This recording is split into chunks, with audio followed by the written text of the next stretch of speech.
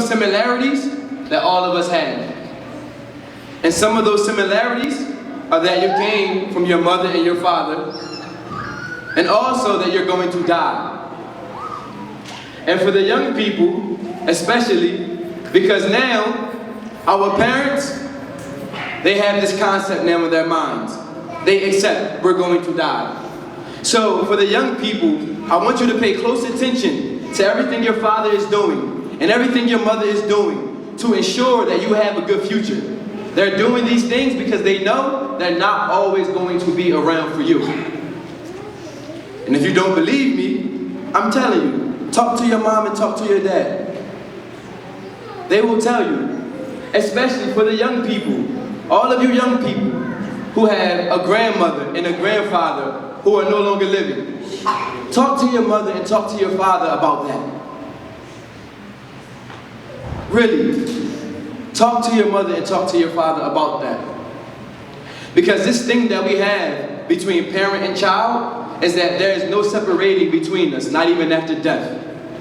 Because there is a saying from the Prophet ﷺ, and he says something which means that when the Muslim offspring of Adam dies, that all of his deeds, they stop except for three. And this is charity that has a continuing benefit.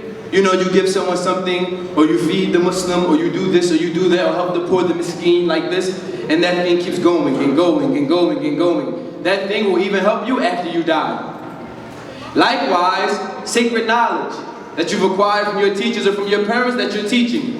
And then that person, he teaches it to another person. And then that person, he teaches it to another person. And then he teaches it to another person. That person, where the seed started, he'll get all the reward, even after he dies.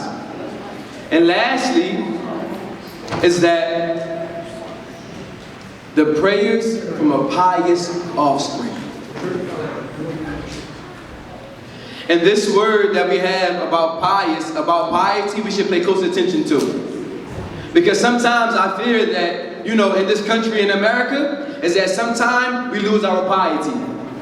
So we come together to the masjid, we come together to iftar, and when we're amongst our community, you know, with our countrymen, is that we put on a facade.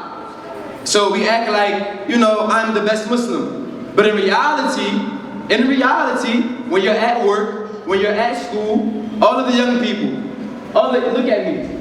Don't look away, look at me. When someone's speaking, you look at them.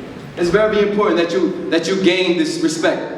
All of the young people. When someone's speaking, you look at them, especially your elders. Is that understood?